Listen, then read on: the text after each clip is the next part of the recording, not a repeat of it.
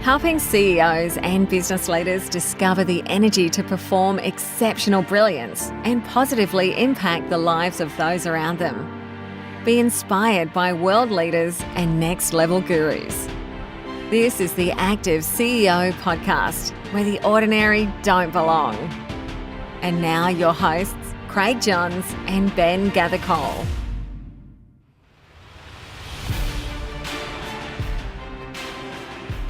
On this episode of the Active CEO podcast, we have the pleasure of speaking with a CEO that is always on the move, ensuring that customers are placed first and the passenger experience is the highest quality. As a leader, his charismatic but humble approach suits being at the heart of a world-class transport service that caters for over 4 million passengers per year. Taking the helm of SkyBus in 2014, the company services airport passengers across Australia and New Zealand in Melbourne, Gold Coast, Auckland and Hobart at no cost to the taxpayer. His efficient nature shines through in his ability to manage multiple site locations, volunteering at various sport organisations, supporting charities, spending time with his family and finding time to ride his bike. Known for his generosity and caring nature, he spends a lot of time with his wife supporting and making a difference with those less fortunate, such as starving children and women dealing with breast cancer. Ben and I are thrilled to introduce and welcome you to our very special guest, Michael Sewards. Michael, welcome to the show. Thank you. Glad to be here. It's nice to be here in Melbourne, and I know I've been on the SkyBus a few times. It's always very efficient, and it's a great experience coming from the airport into the city. Yeah. So well done to your team on making, I suppose, my first experience into Melbourne a great start every time. Yeah, no, thanks. Yeah, it is only a bus, but we try to make it as interesting and exciting as possible, because it is the first thing you see when you arrive in Melbourne, either at Avalon or Tullamarine and other airports we're in. And you know, the reality is that people are thrilled, excited, nervous, anxious. There's energy happening when they're coming to or from the airport. They've got a story to tell, or they've got some expectations. So certainly for us, we're running a transit service, and most people think of their typical transit service as getting them to or from work or school, and we try to just sort of elevate that experience, if you like.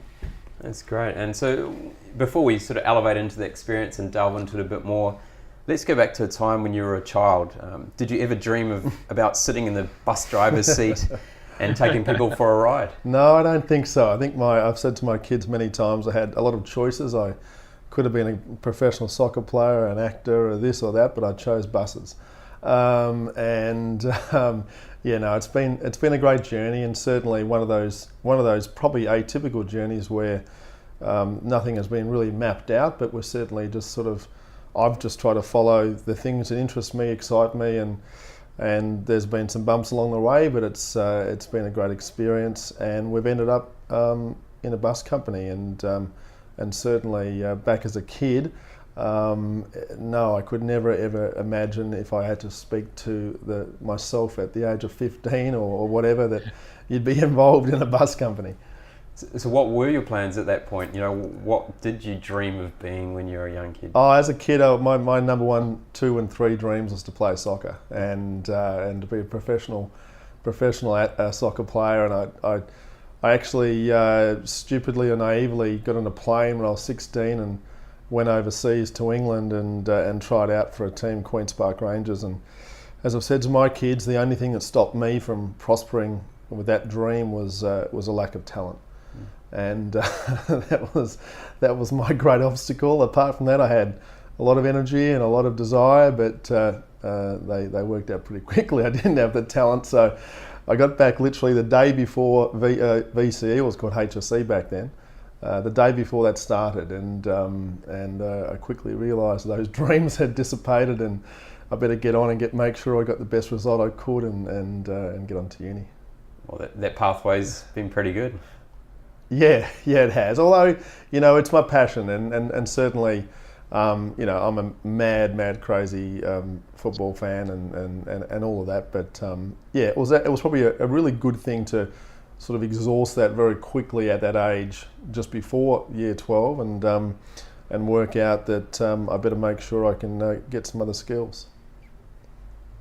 So Although you might not have had that talent, Mike, what were some of the characteristics that you might have learnt from that experience that have sort of taken you forward? Well, I think the most telling thing for me was that at that particular time, and maybe it's the same today, but it was a really stark, dramatic way of determining success and failure. I mean, there was no participation awards back then. It was you're either good enough or you're not, son, and that's pretty much how they spoke to you back then. And it was an old-fashioned apprenticeship system where you were selected or not. And what I learnt pretty quickly was the power of being direct, I guess, and determining a path, and certainly also working out there is some value in sometimes being told bad news early, and that's what happened to me. And the learning for me really was that I'd gone over there with a lot of desire and hunger, but I probably hadn't prepared enough, and I hadn't thought about the environment I was heading into. I was very much naive. I was from Australia. I'd literally got in a plane at the age of 16. I'd saved up with a couple of part-time jobs and all of that, but I hadn't really put a lot of thought into what the people on the other side were expecting to see. So, yeah, good quick lesson in life in that respect, and I cracked on and obviously put my head down and bum up in terms of school. Yeah. And you said you had a few part-time jobs to help fund your way, so obviously you've had a work ethic from very young years. Yeah, I mean, I'm sort of quite passionate about that with my kids as well. I'm sure many people are, that it's the best way to both to learn the value of time management. That's one of the key things. And I was in school, and I was there in uni, and I had 3 jobs when I was in uni, and I had a couple of jobs. And obviously when you're having to sort of make sure you can fund your way through things, that's what you have to do. And as somebody once told me, there's 168 hours or whatever there is in a week, and so there's plenty of things you can fill it with. And yeah, I loved it. I loved working, and I loved having other jobs and other social groups and other experiences, and it sort of held me in good stead. So let's fast forward you now here to your role as CEO. Yep. Can you recall what it was like for that first 100 days going into that role as CEO? Yeah, I had absolutely no idea what I was doing. I remember my chairman, who was great. He's a really good mentor, and he said, because I'd come from a life where I was an advisor and I was helping people, and then suddenly I was given effectively the keys, if you like, to implement the various strategies that I've been developing over many years. And he said to me and to my co-CEO, he said, right, you need about 100 days to put your feet under the table.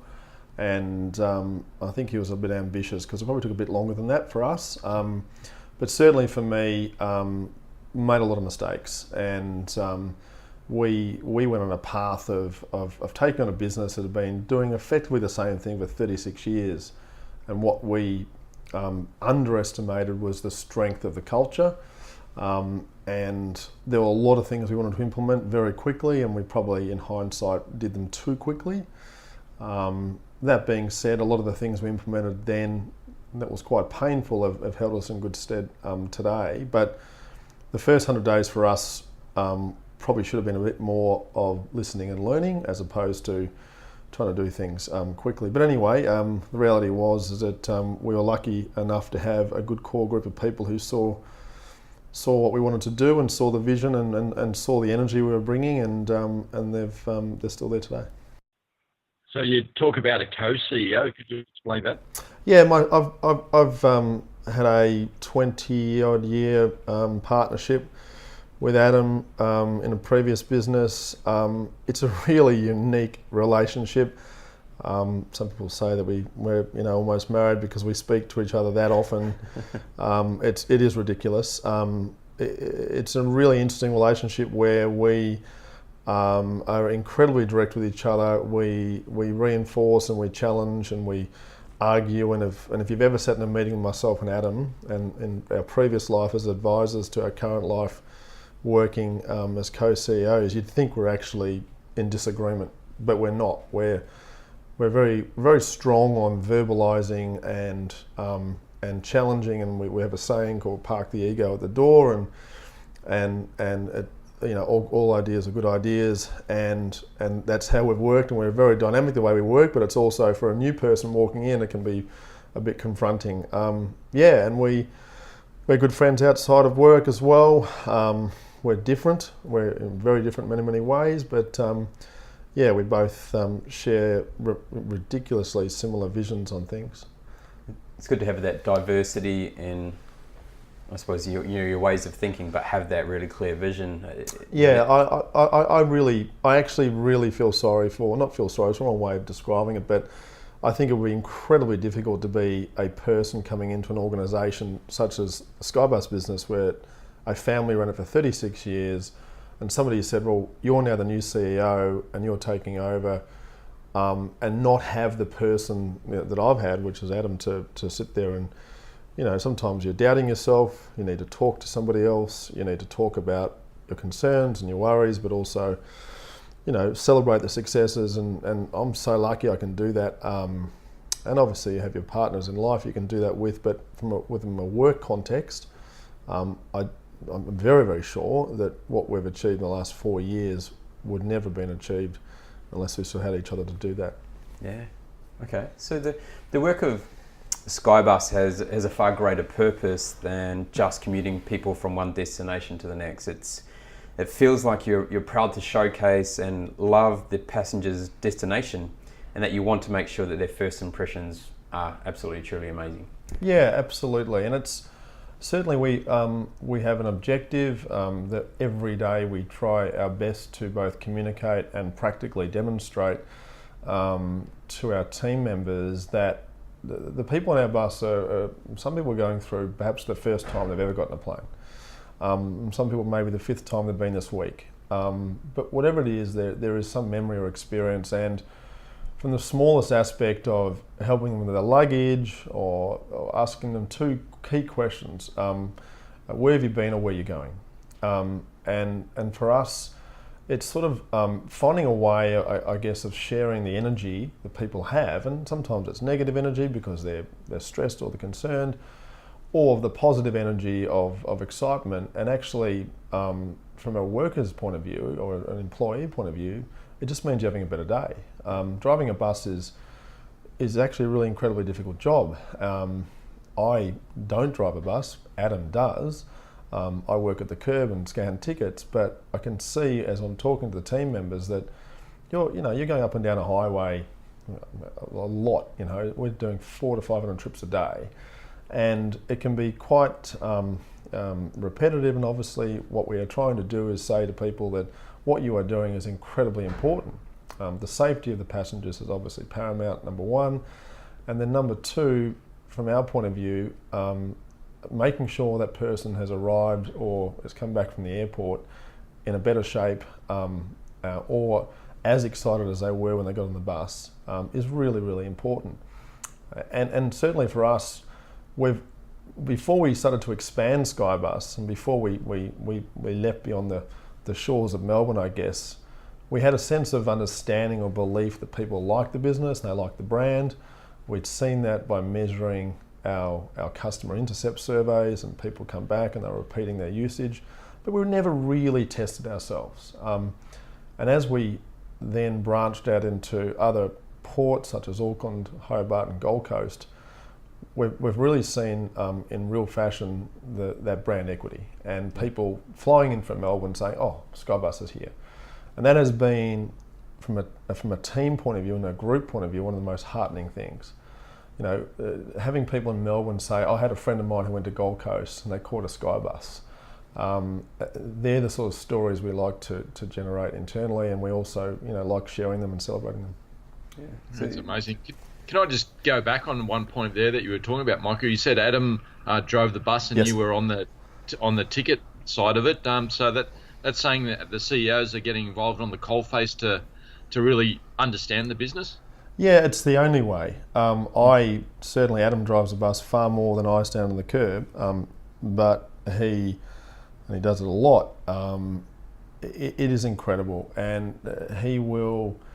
I literally got a text from half an hour ago saying bus 112 air conditioning is too cold. what's going on, and he knows that because he just drove the bus, right? So Wow. I don't know. Sometimes it probably drives a few people crazy internally,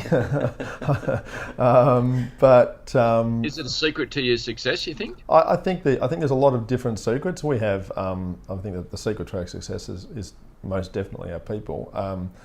And when a lot of people say that, I know, but the reality is that we have a bus that is heralded as the cleanest, best presented bus in Australia and probably internationally, and that's people working at 2 a.m. in the morning, cleaning a bus, detailing a bus. So every aspect of what we do is about the people and the passion they bring.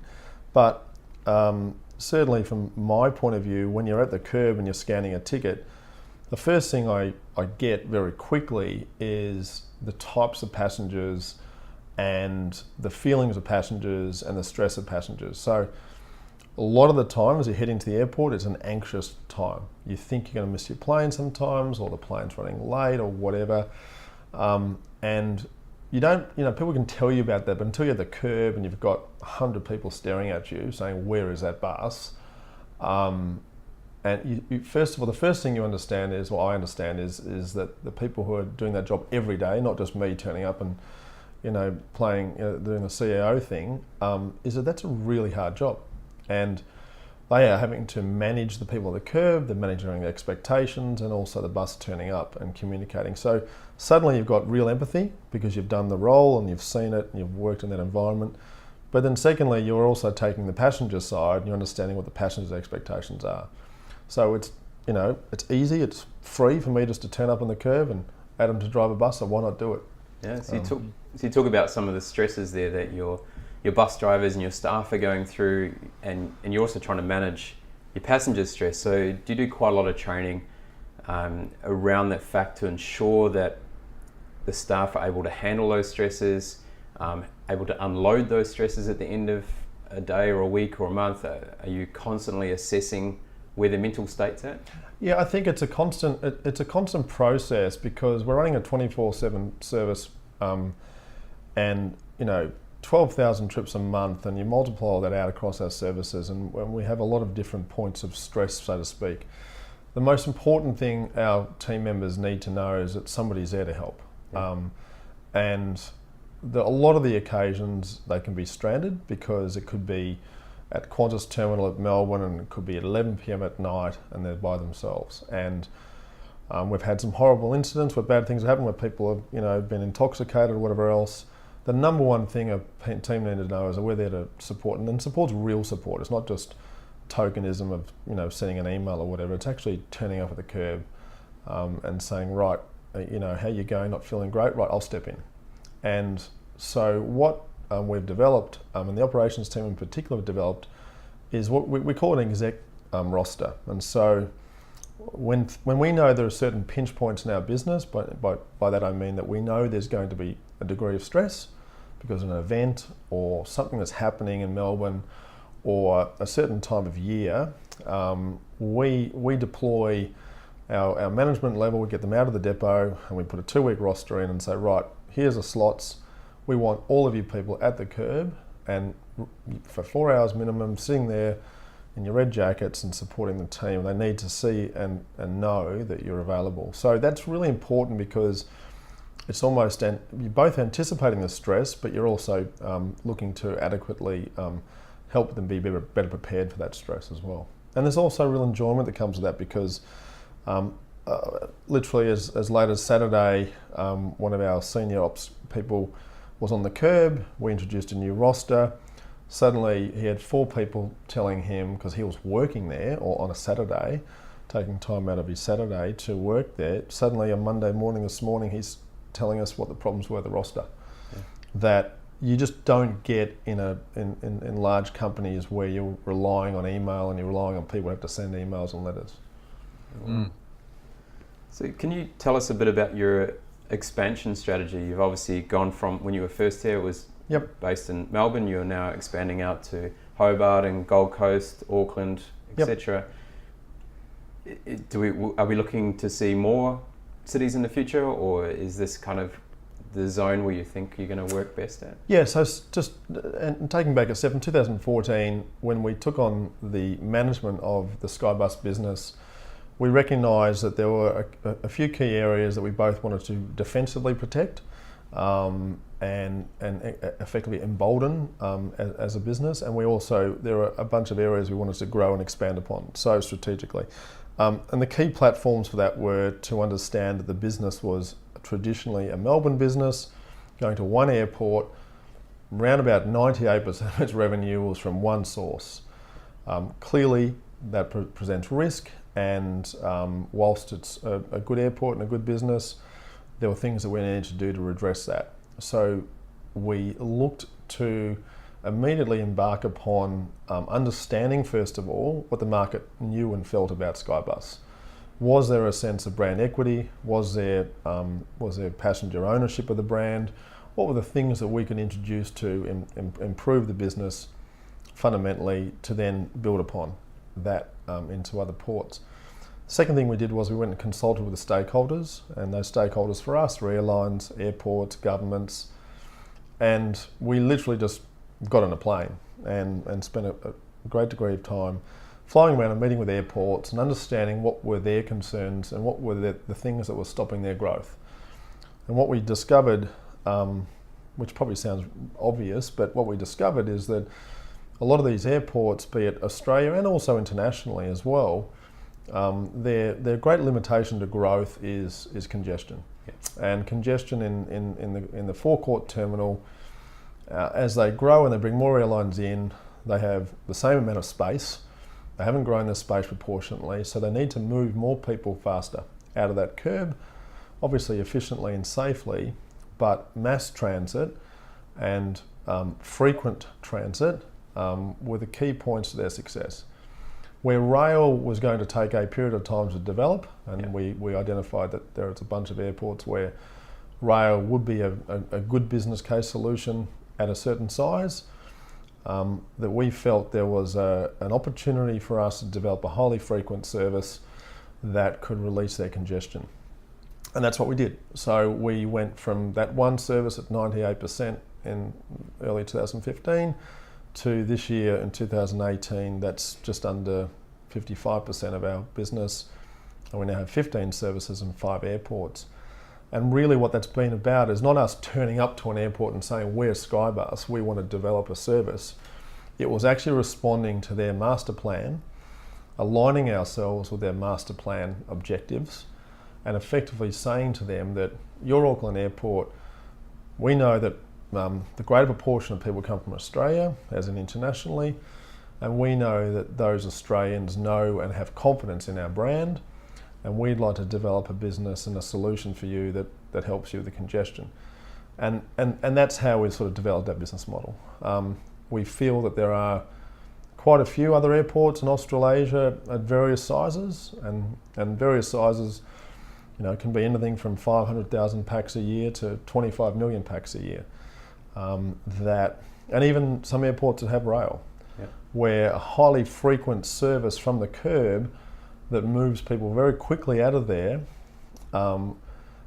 can provide both the congestion release and also obviously a good customer experience, and can enable that airport to grow. That being said, there are also airports internationally as well that we've identified. So you've won numerous tourism and customer service awards.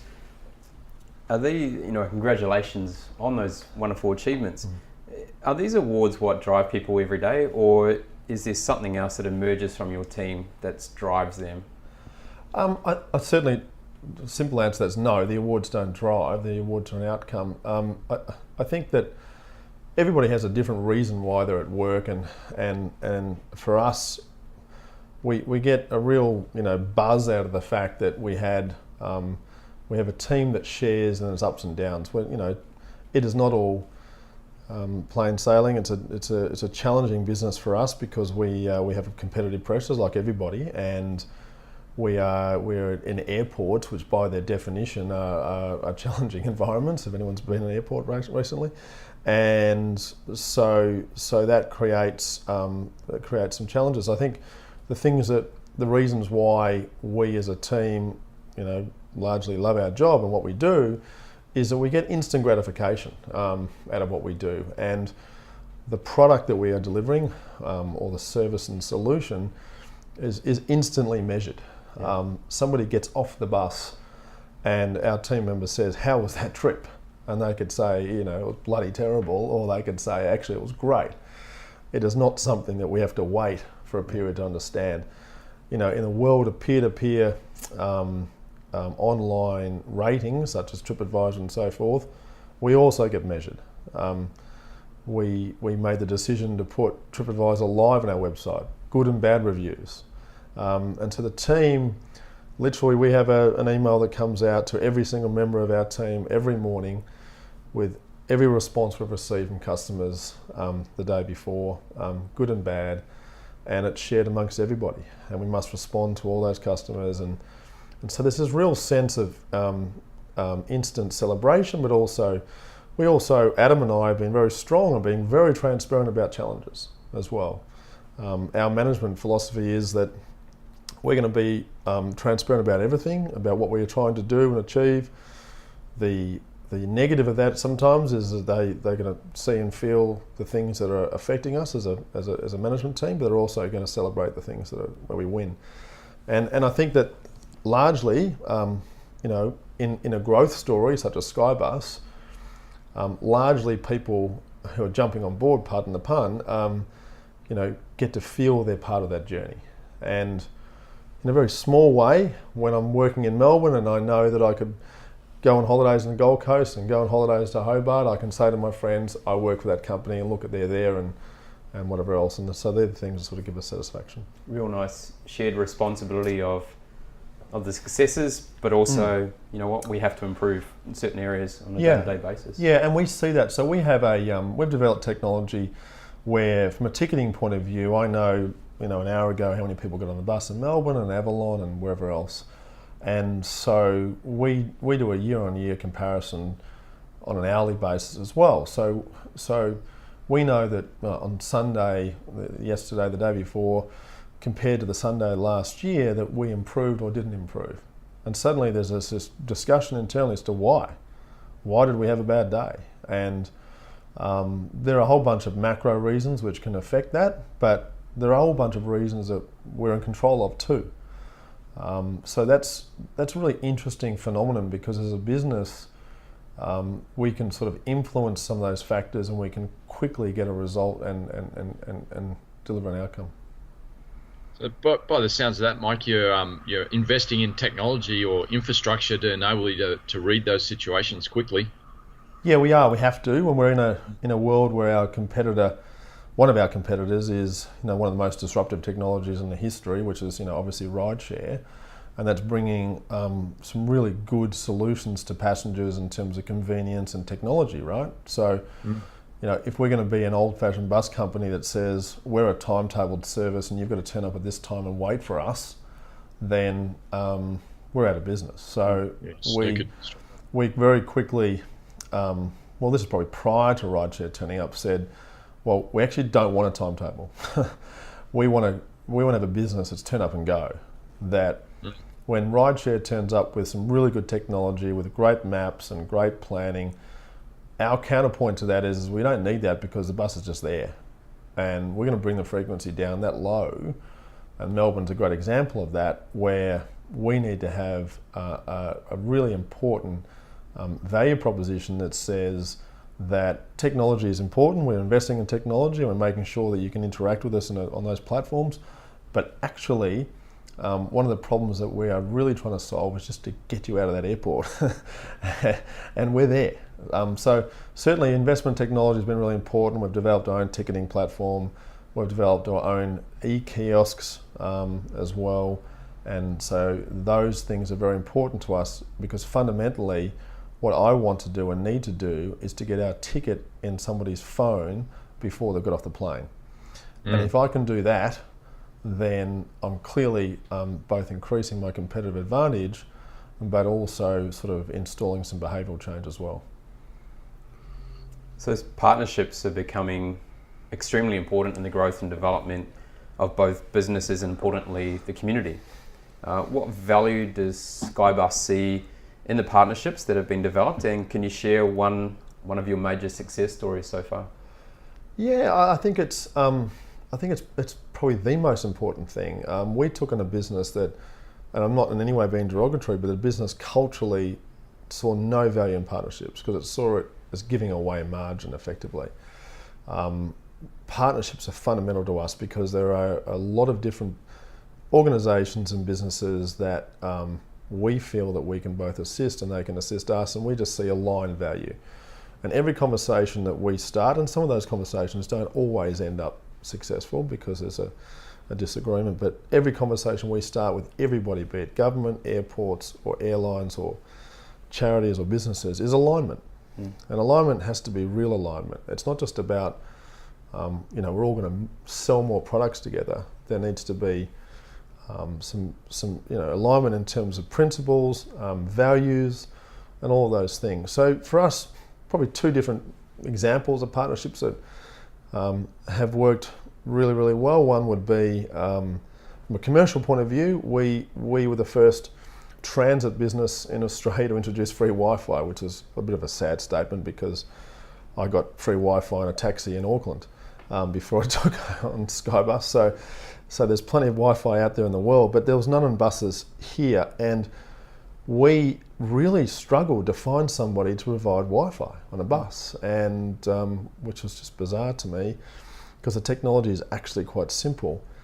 And through that journey, I guess, we landed with the company, it's okay, I can mention them, and Vodafone, and we sat down with them, and they I guess had the same approach to us, which was they were trying to build a brand equity in a market that had lost they had lost brand equity through some issues historically, and they wanted to be seen to be doing things for people that could obviously improve their access to Wi-Fi. So we said to them, well, two things for us is we need to make sure Wi-Fi is available and that we're not restricted by the cost. Because the problem with Wi-Fi in a bus is the more people use, the more it's got, and that's why it's never really taken on in transit because of the potential cost blowout. And we ended up with a wonderful alignment where basically as a result of us telling people that Wi-Fi is provided by Vodafone, it's a complimentary service to us. And so great outcome for us. We can take off all the controls if you like, you can have as much Wi-Fi as you want. And as long as you know that, by the way, this is as a result of our partner. And so we proposed to them that we would just tell everybody inside the bus, outside the bus, on our website. And it's been an incredibly successful partnership that has no, I guess, financial aspect to it. It's just a brand alignment. It's interesting, I was coming from the airport on Friday and I saw one of your very shiny, clean buses. I was quite impressed. But I think it had, the alignment even with the slogan there was something like SkyBus powered by Vodafone or something similar to that, which I thought was very clever. Yeah. And the other example for us was, from a different point of view, I guess, from a social point of view, was a charity that was, an organisation that was very dear to my heart, was White Ribbon and Breast Cancer Network. And both of those two, obviously, there's a strong awareness, obviously, through what they've done historically, all the wonderful work they've done.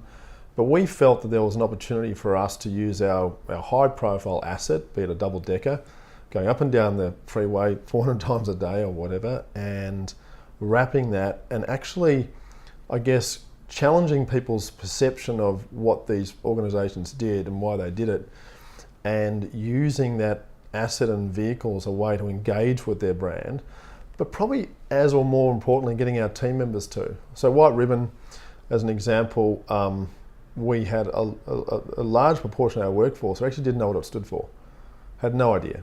And so the process of us educating them about, the importance of this organisation in respect to combating violence against women, and was profound, because we said to every single driver, your choice. We're going to tell you what they do and why they do it, and here's a texter. And all you need to do, all this organisation asks you to do, is to commit to stopping any signs of violence against women, and just sign the bus. And the drivers say, what do you mean? Here's a texter, sign the bus. I, John Smith, hereby pledge And so it was fantastic. Wow. So we have a double decker going down the highway that's got 300 or 400 signatures on it, and from a team point of view, clearly there's a lot of discussion that goes on because not everybody wants to do that, and you need to be very careful about that. But I'm very, very confident that the awareness of that organisation was elevated internally. Our team members and drivers then became ambassadors for the organisation, and so when customers ask, well, why have you wrapped your bus black and blah blah blah, they could talk about it properly. So let's delve into a little bit, well, what makes you tick. You've given us a few signs around your leadership style and the way that you work with your co-CEO.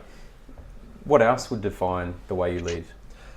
That's probably for somebody else to judge, but for me, Adam and I have been described as a tornado, because when we come into the office, we're a bit of a tornado. I mentioned earlier transparency, energy, and what I mean by that is that I feel, and perhaps it's a bit old-fashioned, but I feel that the role of leaders is to practically lead, not just theoretically.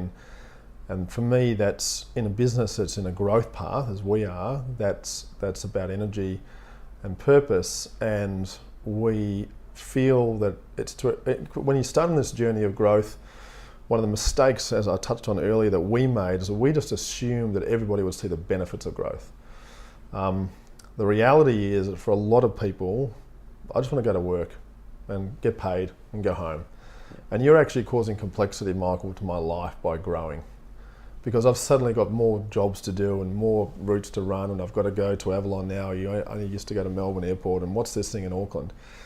And so as a leader, one of the things that we acknowledged that we made a mistake on was to actually explain to people transparently what the challenges were that we could see in the horizon.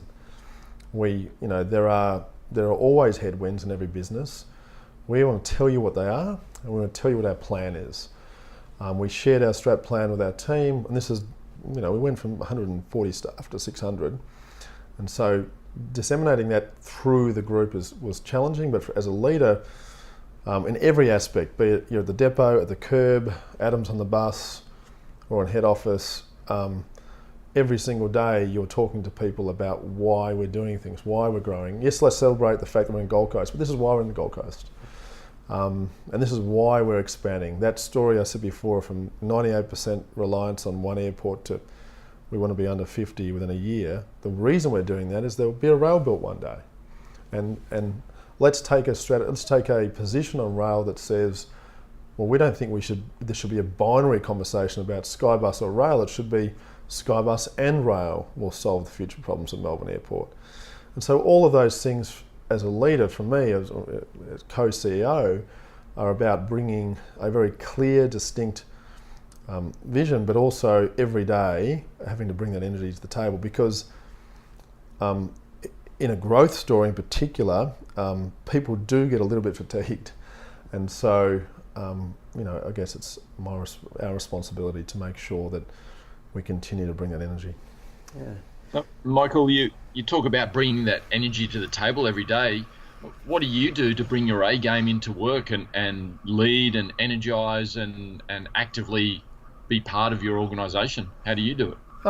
I guess a bunch of things I do. I think the fundamental thing I do is I know when to turn off, and I'm very deliberate about that. I'm very, very good at turning off work and grabbing a book, and I make it an absolute dogma for me. I've got to read one book a week, and I'm one of these people that reads 3 or 4 newspapers a day, and online and whatever else. I start every day riding a bike, do it early at 5:30 and whatever else, and that's my form of meditation. And it's a physical activity. It's a physical activity. Kate Palmer put it to us that it was an active meditation type thing, riding a bike and that sort of exercise. Well, I think those two words together are succinctly just describe it. Active meditation. I think also as a way of just talking about things that aren't work with a bunch of people. And yes, active meditation. It really a swear by it. And clearly, having those interests outside of work, and and sharing and doing a whole bunch of things, be it community sports and family stuff. That is really, really important. I'm very, very lucky and blessed to have, a family that has a whole bunch of interests which have nothing to do with my work, and I'm actively part of as well. So we all know smart people have great answers, but the best people have great questions. So when was the last time you did something for the first time? When was the last time I did something for the first time? I'd probably say that in the last 12 months, I've done 3 or 4 things for the first time. From a professional point of view, I've completed a whole bunch of professional tasks in terms of participating and presenting and speaking, sitting on a board for the first time.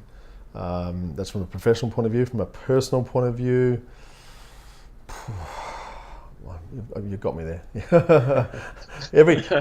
For me, it's not a matter of repetition, but there's still so many things that I would do. And tomorrow morning, I'm leading a panel discussion on tourism future in Australia, and I have no idea what I'm doing, and no idea. But I'm so sure that I'll come out at the end of that and be really excited. And for me, the last 4 years have been, tremendous for me, because I was in a business where for 20 years I was doing the same thing, and I was an advisor to people, and I was creating solutions for people. I would probably say that every day for the last 4 years I've done something new, because simply scanning a ticket at a curb was new to me. Loading a bus was new, and all of those things. And I'm designing an app at the moment for SkyBus, and that's really scary if you got me designing an app. So I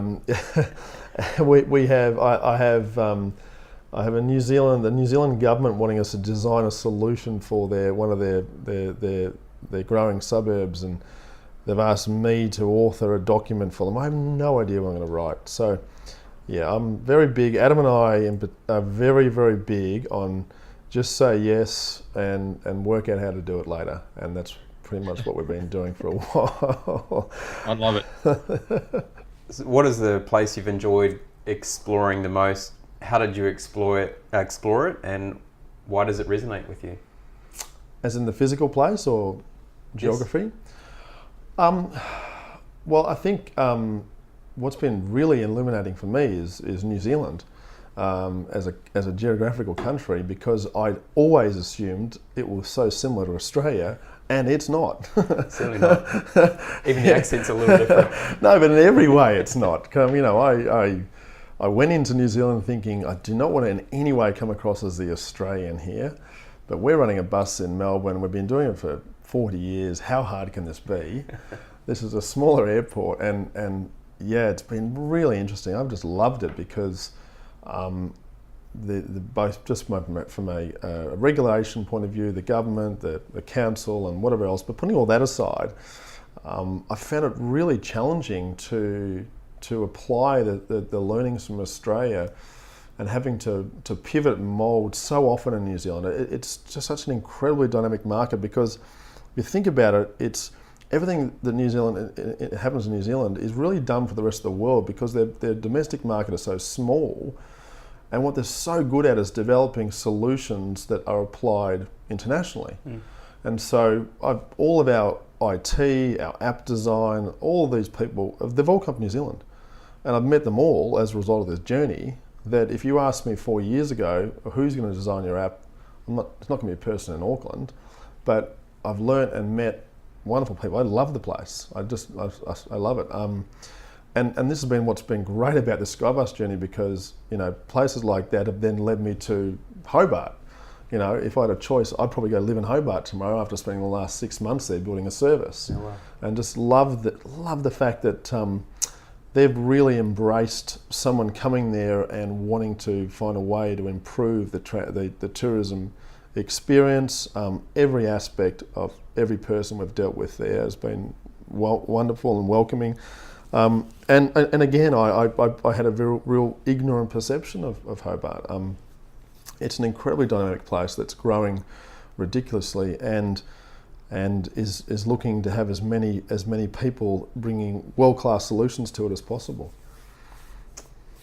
And last question, who has made the greatest impact on your career and why? My career, I will say my wife first of all, because she's provided enormous support, everything I've done. Naively or ridiculously, she's believed in everything that I've done, which has been wonderful for me. The person who every day affects me is my co-CEO, Adam. He has been amazing to me, because if you could wish for somebody who every time you come up with a crazy idea, you say, this is a crazy idea, and they say, yes it is, give me another one. And that sense of just challenge of having to take your better to best to whatever happens literally every time I speak to him. And sometimes that's a really difficult conversation, because I can get affronted, but then the next day I think, hang on, I'm so lucky to have somebody who can actually tell me right away, that was a good idea, that was a bad idea, or why don't we do this together. And so I've been in business with him for 20 years, and I'm very, very lucky to say that he's a really good friend. That's wonderful. And Michael, thank you very much for this wonderful interview and conversation today. I'm actually just got thoughts in my head. It'd be great one day to get both yourself and Adam in the same room and talk about this co-CEO and how that works, because not too many companies around the world would have something like that, and I'm sure there could be some great learnings. That ability to work in a partnership, that great relationship you have where you're able to test each other, I think is so important, and having the ability to have that debate, and that creates more curiosity and development in the future. Your whole approach around the customer and their experience. I mean, not many people would ever consider a bus company is so focused on first impressions last and about tourism, etc. as well. So I really congratulate for what you're doing there. And it sounds like you've got a wonderful balance in the way that you are able to go, here's my work life, here's my home life, here is how I support other people that need help and secure that. So I tip my hat off to you, my bus driver's hat. Yeah, thank you. And say thank you very much for a wonderful interview today. No, thank you. Thanks so much. Today's Active CEO Wellness Tip is about giving it a rest, or really talking about that concept of sleep. And I know everybody probably knows they need more sleep, but gee, it's a hard thing to get to do. Yeah, how often do you have a day where you, for whatever reason, you sleep 10 hours and you wake up and go, oh my God, I feel amazing. And people just get so used to that sleep and going, oh, you know what, I'll stay up another half hour. But that will slowly, those incremental sleep deficits will catch up over time, and then we start having issues around stress management. We get more irritable, we start to become less productive, and and our physical health gets affected as well. Yeah, absolutely. And certainly that notion too of you do drift off to sleep, but it might be 2 or 3 a.m. you're waking up and just thinking about the day's problems, and that's a real I sort of see that as a habit that forms. So you stress during the day, and then you'll continually do that. Just adds to the poor overall sleep quality. So I think it's really important that you try and sort some of the day's problems out with a little bit of meditation, a little bit of note taking, whatever it happens to be before you go to bed, with the notion that you need to sleep all the way through. Yeah, so you want to make sure you get closure on the day and before you go into that sleep, because we know that if you're getting less than 6 hours sleep, we generally see raised cortisol levels, affects our insulin metabolism, and even blood sugar control, which then can lead to issues of weight gain. For some people, it may lead to issues of weight loss. And then we also have the diabetes that comes into play. And we know that things like type 2 diabetes are preventable through good health, good exercise, good nutrition habits. So, we've really got to make sure we get that 8 or more hours sleep a night. Yeah, and I think there's some really simple things to help alleviate this problem. So it's prioritising the time that you go to bed, and having just a good habit leading into that time to going to bed. So reducing caffeine, probably reducing the light, the computer time, phone time, those sorts of things. We've all heard it, but who actually practices it?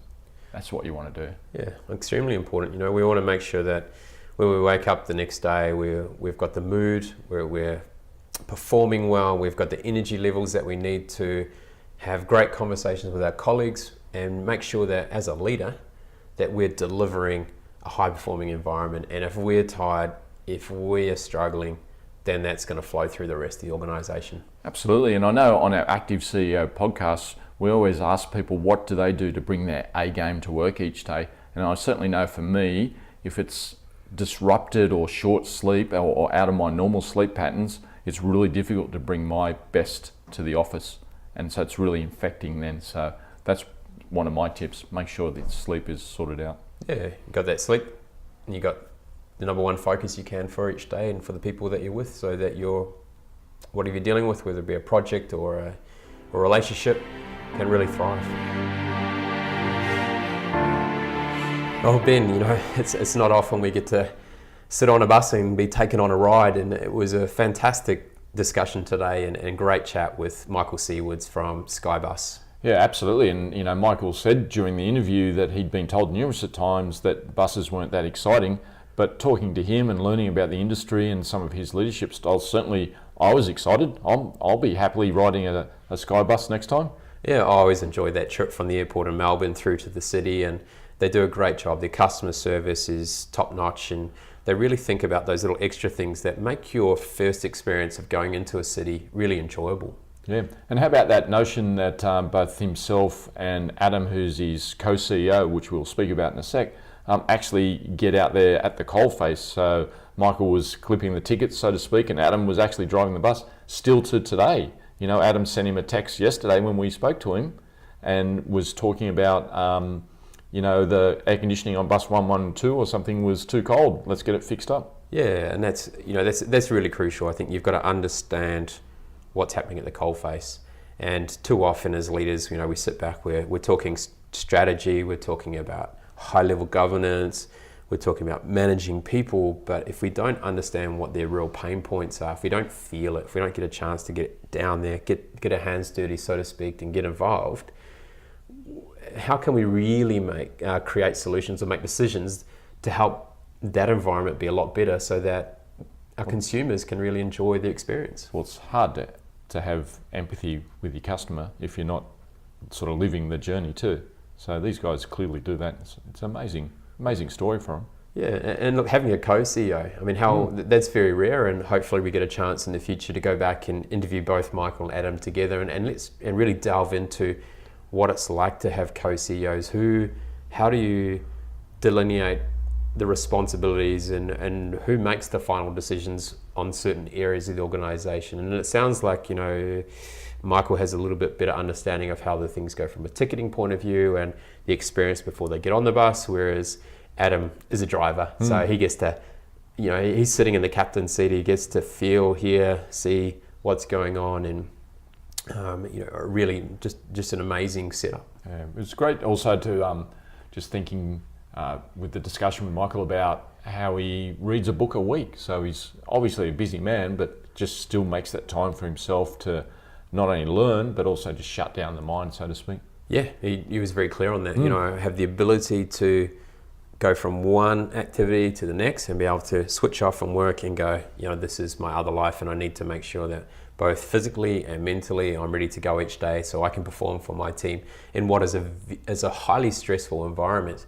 Yeah. You think about, you've got weather changes, you've got traffic, you've got customers that aren't always relaxed. You know, they're rushing to get to the airport, or they've had a stressful time on the plane, and they want to get home to their family, or they're there to come and relax. So, and you know, we've all felt that before too. Like everybody that travels, you get on the bus and you're like, come on, hurry up, or you know, someone's stressing about putting luggage on, and it is a stress point right there. And for these guys to actually recognise that and to try and do something, it's full credit. Yeah, I kind of, you know, you always find if you want something done, you obviously go to a busy person, as a common analogy. Yeah. But you look at him and he looks very relaxed. He is able to clearly delineate between his different roles he has in community and work. And he gives back, doesn't he? Giving back to so many things, you know, the hunger ride, which looks after young children that don't have any food, or breast cancer, or white ribbon. The white ribbon, that was an amazing story too. Signing the bus. Yeah, a bit of lateral thinking there, but just it worked a treat. Doesn't it make a big difference when you get buy-in from everyone that's involved in your company when you're dealing with a partnership or a community engagement aspect like that? So a wonderful interview, really enjoyed it. That's Active CEO for this week, where the ordinary don't belong. Join the Active CEO movement by visiting www.nrgtoperform.com.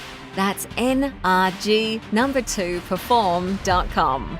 Share this podcast on LinkedIn and be sure to tag in NRG to Perform.